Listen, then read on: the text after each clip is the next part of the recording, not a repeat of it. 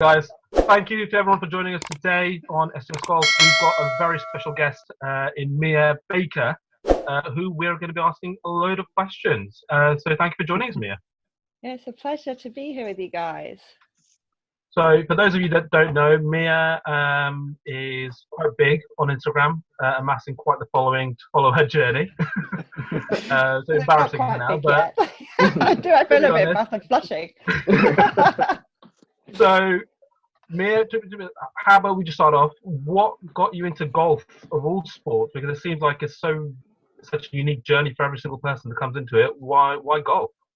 Yeah, I mean, personally, I feel like people don't just wake up one day and say, I'm going to play golf. You kind of have to be invited to play. And then that's when everyone gets addicted. So obviously, I was invited to play by an ex-boyfriend. His dad was one of those obsessed golfers and took me to the range with him.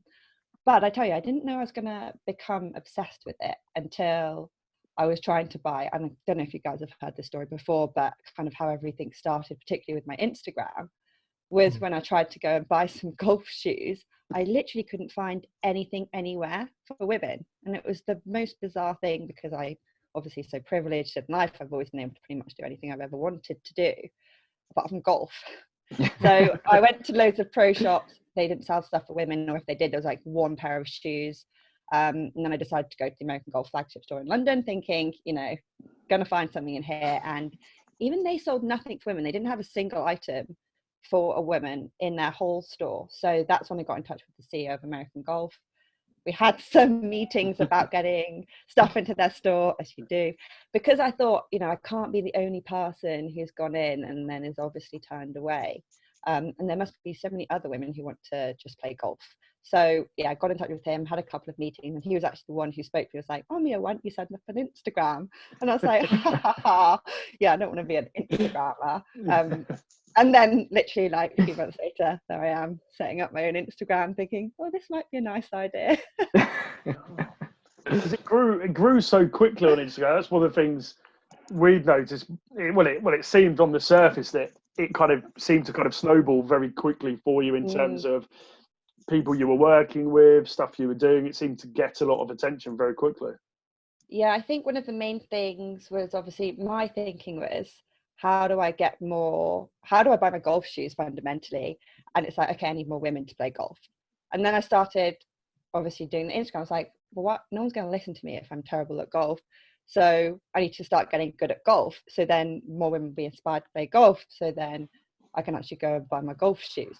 And that's when actually it was Skillist app, I think, who were kind of quite key in terms of helping my account grow, because they effectively connected me with my coach, Stephen, who's actually based out in Malaysia, and they wanted to work with me as a proof of concept of being able to do all of your coach training, golf training, through your phone.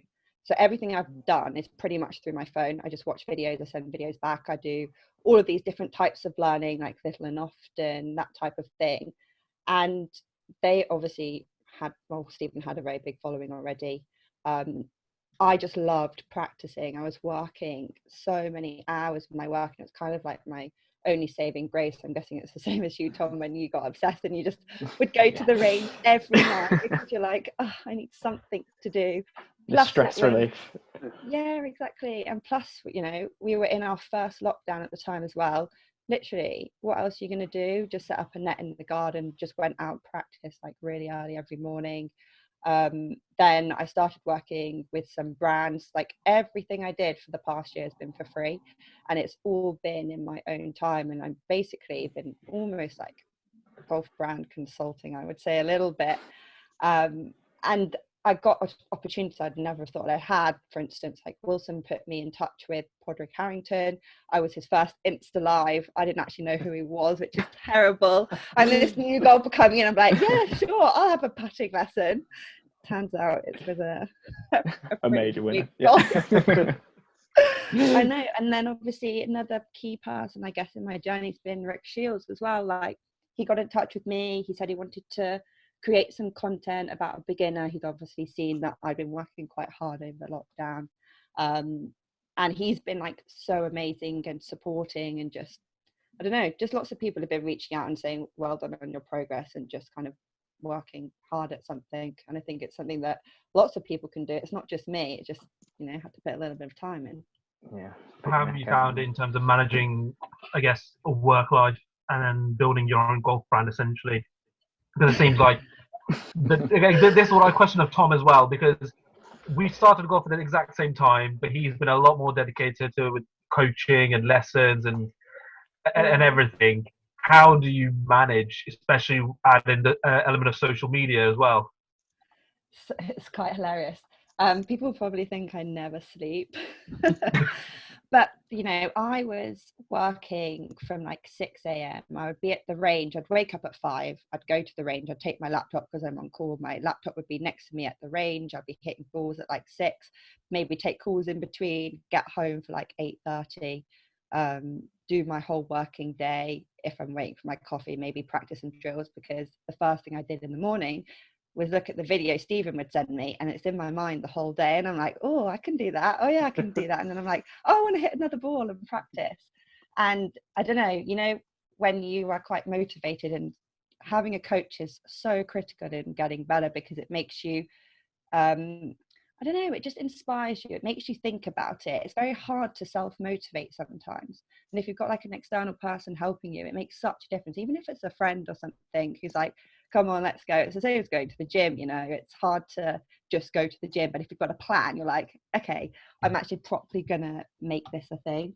So yeah, it's, I spend a lot of time investing into things, which is probably why, obviously I now work with Modest. He's trying to rein me back in and just be like, okay, Mia, need to breathe for a second. But like, I don't want to stop helping people like you guys who obviously love golf. You want to share it. And now I feel like I'm in a position where I can actually, help you guys have a voice, help other people have a voice, because fundamentally we just want golf to be golf and to be freely spoken about, and not to be seen as one thing or another, I think.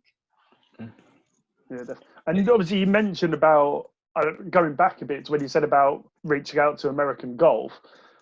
That surprised me when you said, because I guess I probably wrongly assumed, being a guy, obviously never really looking for women's stuff, I kind of assumed it was there, and not realizing what was the reaction like for them, and were they wanting your input into what to do? What was that kind of communication like? Like, firstly, I would say I don't think it's necessarily a bad thing that guys haven't noticed. Like, guys obviously don't experience a lot of things women do because they've never had to think about it. In the same way as I could put myself in a position of, a woman who's pregnant and having pregnancy parking spots. I would never think about it, but it doesn't mean I don't care. So I think that's like one of the key things. Just because guys don't think about it doesn't mean they don't care. But once you talk about it and tell them, then they can obviously think about it more. And I think that's just like really conscious about putting that message out. Not every guy is evil. But yeah, so obviously American golf is a business. Golf industry is a business. And fundamentally, they want to make money and they need to make money, otherwise they won't exist anymore. So it makes sense for them to not have maybe women's and junior stuff in stores, because they just didn't have the market. People weren't going in and buying it. But they say, okay, well, I've got it online. Chicken and egg though. If they don't have it in store, they're not going to sell anything to anyone. No one's going to buy it. And then when they get their, end of whatever it is, weekly reports, they're going to have 0 sales for women, because I went in, I would have spent my money, but I can't buy anything. Do you know what I mean? So I just think, like, they're aware of it. They needed to get onto their, into like a stable position to enable them to take the risk of putting stuff in stores. And now they do. They have stores which have got women's clothing in. The new Malden one, which is a new store, has got women's stuff in. Their new store in Old Trafford that they're building, they're putting women's stuff in there. I'm really trying for them to push into the Greenwich store, because that Greenwich driving range in London has so many women coming through, mixed race people, like all types of ethnicities, all types of ages. It's such like an amazing spot for them. I think it's been like really, really key. And it's just, you've got to start somewhere, and it's going to be a little bit slow, but something is better than nothing, right? 100%. Yeah. 100%. You've touched on it slightly there, but obviously with you living in London, how do you find it getting out to go out to practice, to driving ranges? Because it seems like there's very few spots in central London for you to go out and play golf. I guess I know of the Greenwich Peninsula driving range, and the one by Canary Wharf as well. But it seems like those are the fun, active day type activity ones, rather than the going out to a proper golf club or anything. How have you found it in terms of getting into it, places for you to go play?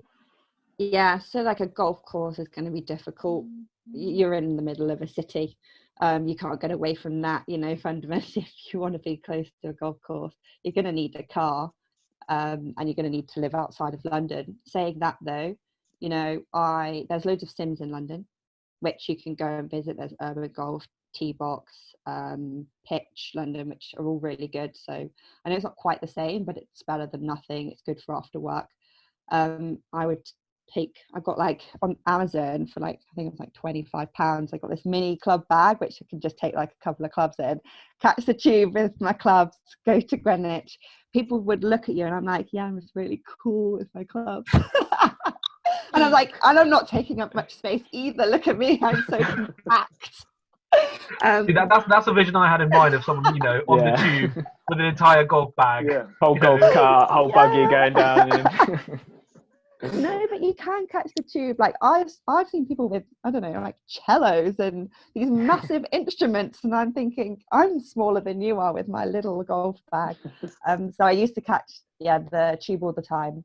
Then I recently brought down my car to London, which surprisingly, you think it costs a lot to have your car down here. I think my parking cost me like £36 for the year, which was an absolute bargain. So I was like, okay, makes sense. Less than it is a month for work, but okay. That's crazy. It was insane. Yeah. So and I'm in zone 2, so it's not even like super far out of London. But yeah, now I have my car, and I'll probably dot around maybe Hampton Court Palace, Dulwich. I want to have a look at like Royal Mid Surrey. There's some really good ones on the like cusp. And then you head to Surrey and Kent, and like you're inundated with golf courses, left, right, and centre. So yeah, lucky if you live out there, I'd say. Yeah. Out that way. What are your sort of aspirations then with golf for the next sort of year, when you're actually able to get back out there and actually be playing on courses again? So it's been sort of everything inside for you for the last sort of year. What is it for the next year that you're looking at? Yeah, I mean, there's so much pressure on me to get a handicap right. Like, I'm obsessed with just practicing. I just love hitting balls, and I don't know why. I don't know why that's meant to be fun or thrilling, but for some reason, I just like doing it. But yeah, there's a lot of pressure, obviously, for me to get a handicap, which I'd like to do. And I also want to not feel scared to just go and play. Like, I feel so nervous to just go out on a course, which is why I think there's also that element of being put off until I feel like I can hit my irons like perfectly or my driver perfectly every time. Because when I get out there, I'm just scared, if I mess up, that someone's going to be like, oh, she messed up, or why is she going so slow? Why is she taking a billion shots? And I'm like, I don't know why. I wish I was. Siab does that every time, so don't worry. I'm the king of practice swing. Both of these guys will tell you that my practice thing, in that the form is perfect. I just wish it was a case when I actually hit the goddamn ball. We'll hit the next 3 balls into the bushes, yeah. Or the next 3, yeah. But so I think it might be a case. When you go out to play, do you go out to play by yourself or with other people? What sort of environment is it? I guess that you enjoy playing in.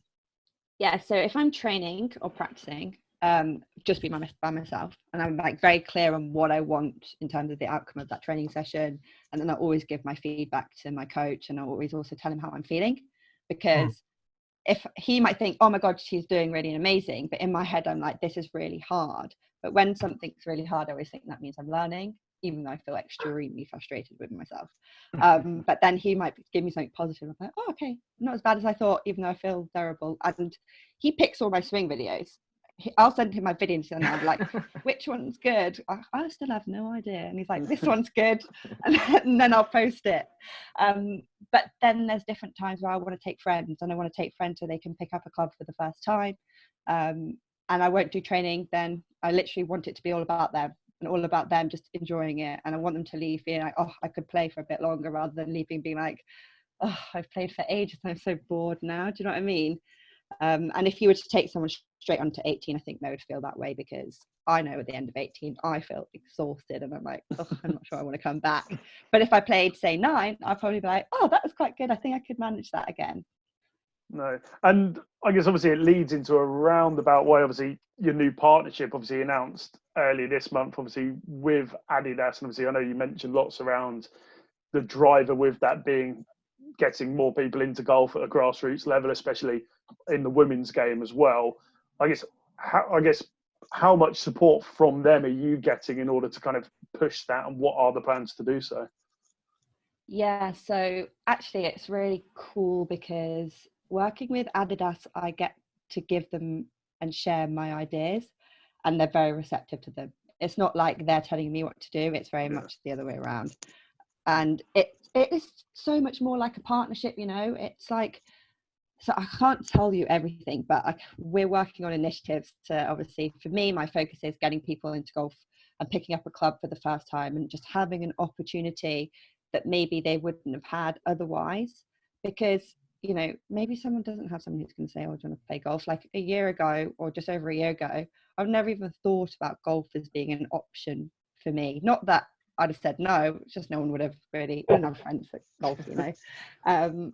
And I just want it to, you know, one thing about it I really, really want is it for just to be golf. Like, I don't want it to be too much women's and too much men's. I just want it to just be golf, and like people can just go and play, and it's not like, oh, you have to be in a women's group to practice, or you have to be in the men's group to practice, you know.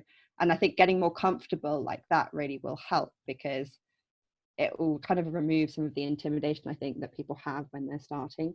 But yeah, in terms of working with Adidas, obviously there's the side of wanting to help promote the women's game. So obviously getting more women into the game in the first place is in turn going to help with women's golf, all of the professionals, and help get the publicity and all of the recognition that they deserve, and then obviously head towards getting equal pay in their tournaments, etc., etc.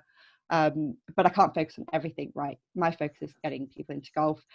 But the women's game is also something I'm going to help publicize as well with Adidas. And then, I can't even tell you. I want to tell you like everything. But we're working on some cool stuff together. I have some really cool ideas that I want to do. It's a lot to do with accessibility, a lot to do with giving that people that opportunity to play golf for the first time. What do you think needs to be done for that? Obviously, you can't tell us the specifics of what you're going to do, but what do you think in sort of an open way needs to change about golf, or not change, but open up about it to be accessible for everyone? You know, I think a lot of it is about just getting it in front of people. Like, fundamentally, pretty much everyone has Instagram, right? We all have social media these days. But I could post as much golf stuff as I wanted on my feed. Does that mean it's going to be going to those people who don't golf yet, who I call the not yet golfers? Probably not. How do I get it to the not yet golfers? Well, it's going to be down to each and every one of my golfing followers to then spread the message to their friends who don't play golf yet, you know? And I think that's kind of the key importance in all of this, is as much as there's all these influencers and social media people, you know, you can't put the pressure on them to make the difference. It's going to come down to every person individually to just be inspired by them in whatever way or capacity they feel, to gain knowledge and then to spread it themselves with the people around them. And I think that's really important. And sometimes people forget that, you know, we are just people, and we're just people who have like a hobby or an interest that we kind of ended up in a space or rolled with, and actually we do have normal lives, and you know, this isn't everything we do, but we are just doing our best in that space. Yeah, I guess obviously, I guess getting into it, when you first hear about golf, for a lot of people, you think of it as a very closed off game. Other than obviously not being able to find shoes, what barriers did you have in your journey that you want to specifically tackle now? Like you said, you're in a position where you're able to drive some change. What sort of other barriers do you want to break through? I guess, like, obviously the clothing part is really important to me, because, you know, sometimes people need the gear before they feel comfortable going to do it. And also the stereotypes associated with golf.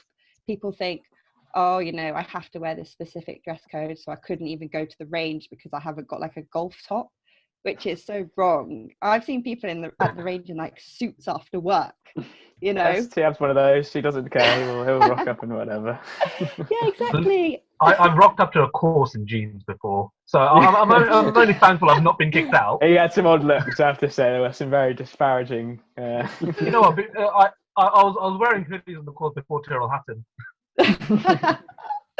But that's what I'd like people to know, you know. I'd like people to see that there are clubs and there are spaces where you can just be whoever you want to be. And then there's other clubs where you have to dress up and you go for like a really nice fancy day. And I think it's just a lot about changing the perception and changing the way people see it, because I think a lot of it is wrong and that's what puts people off.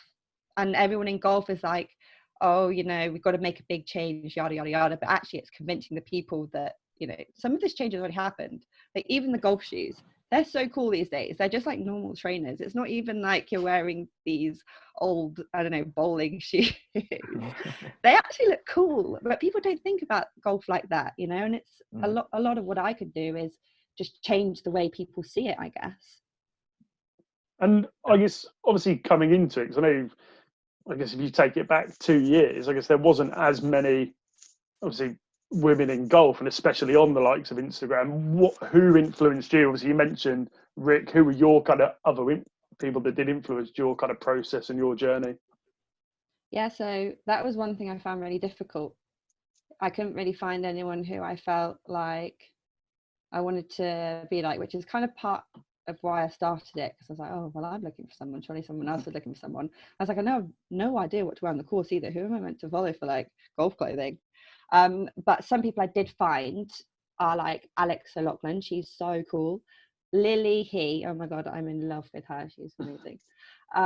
She's just the coolest person ever. And then there's like just some really good golfers like Genevieve. I don't remember her last name.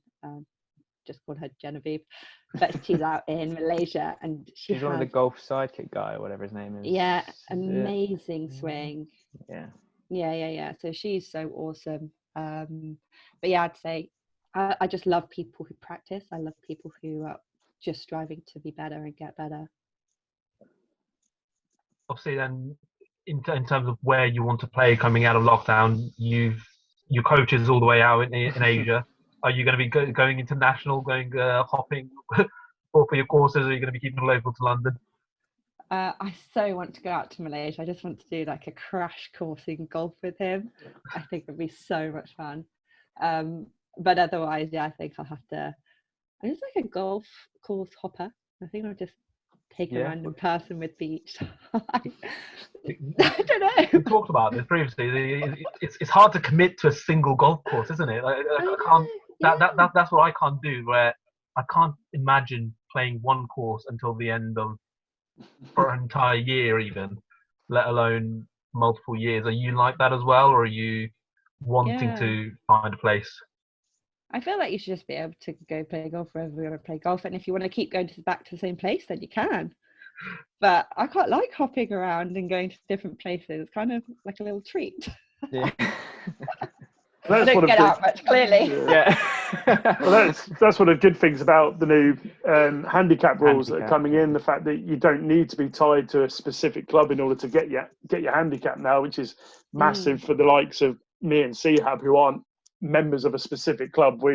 Tom is, because he's committed. But it's 5 minutes down the road. So yeah, that's definitely a benefit that we're seeing. But when are you aiming to get yours, or what are your expectations around that? Because I know you don't want to put pressure on yourself, but have you got a rough idea of where it might lie at the moment? Oh, I'd have no idea. I haven't hit a ball in such a long time, and I've probably played on the course about 6 times. But I would like to get to scratch in the next couple of years. I would say it's probably my first goal. Whether that means I just keep practicing until I'm really comfortable on grass at the driving range for a bit longer, and then go out and get my handicap. Like, one thing I think I've learned is don't have to do what people say you have to do. And that's the scary thing, is as soon as you start playing golf, people are like, what's your handicap? You don't have to have a handicap to be a golfer. You don't have to have a handicap to enjoy hitting balls, playing golf. Like, whatever you feel comfortable with, just do that, you know. Well, none of us Whatever have one, you do we, at the moment? Yeah, I mean, I just enjoy having dried mango whilst walking around. See, that's so nice. But do you know what I mean? Beer, Like, you can still have. Tom's like, I'm a scratch golfer with my beer as well. Not quite. I wish. But yeah, I think just enjoy it. Just do whatever makes you happy. If you want a handicap, go for it. But I think there shouldn't be too much pressure on handicaps for people who just want to play. Yeah. Well, on that note, I think we've taken up a lot of the time. So firstly, we'd like to thank Mia for being here. We look forward to keeping track of all of your progress. And if you ever want a pressure-free round with someone that's worse than you, hit us up and we'll sort something out after lockdown. Thank you so much, guys. It's so nice to meet all of you.